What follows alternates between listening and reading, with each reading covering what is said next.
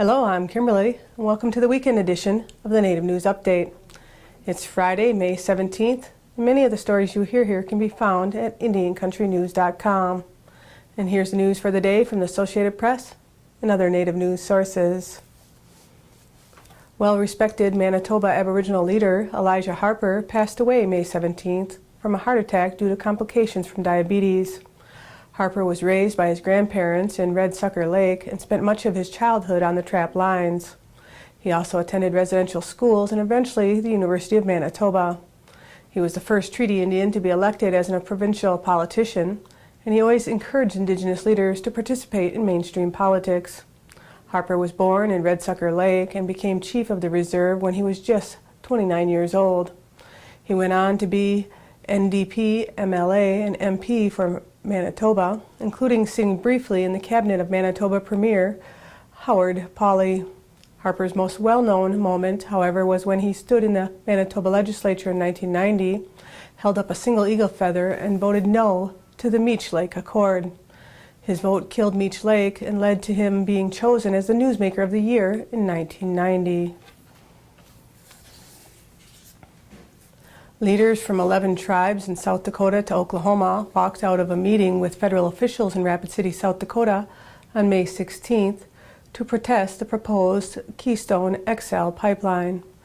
They then issued a direct challenge to President Obama: talk to us directly or not at all. The meeting was arranged amid mounting tension in Indian country about the pipeline, which would pump oil from Canada tar sands to Texas refineries. Although the pipeline would not go directly through any reservations, tribes in proximity to its proposed path say it will encroach on their traditional lands and that the project is fraught with environmental risks. Unlike a traditional crude pipeline, Keystone XL will pump oil made from tar sands.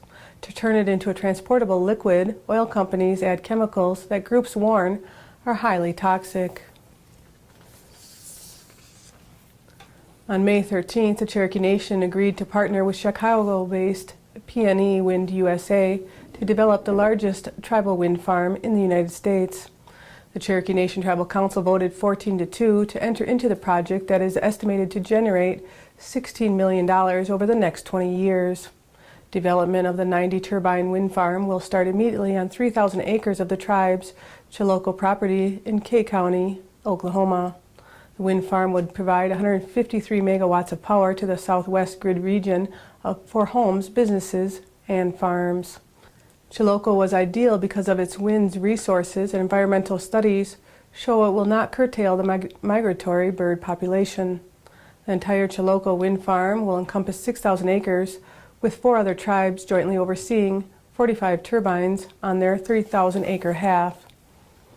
A 40-year dream held by Native students, faculty, and staff to have a space on the University of Washington campus in Seattle that reflects and honors Coast Salish culture is finally coming to fruition. The facility is called Washabalta, which means intellectual house, in Lushootseed, the language of several Salish groups in the present-day Washington state. According to the Office of Minority Affairs and Diversity, the facility will serve as a gathering and learning place for Native American students, faculty, and staff, as well as UW and surrounding community.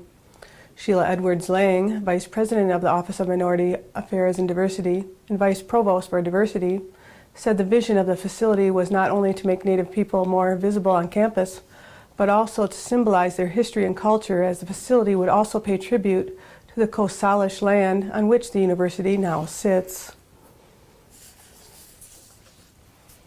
22 students graduated from the University of Minnesota Duluth's Master of Tribal Administration and Governance program, the first of its kind in the nation.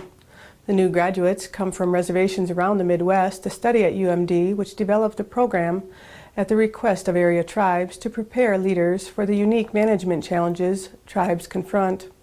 The master's program combines elements of the public administration and business management degree, which grew out of 2 years of consultation with tribes around the region who wanted courses on federal Indian law and policy, tribal sovereignty, leadership, and ethics.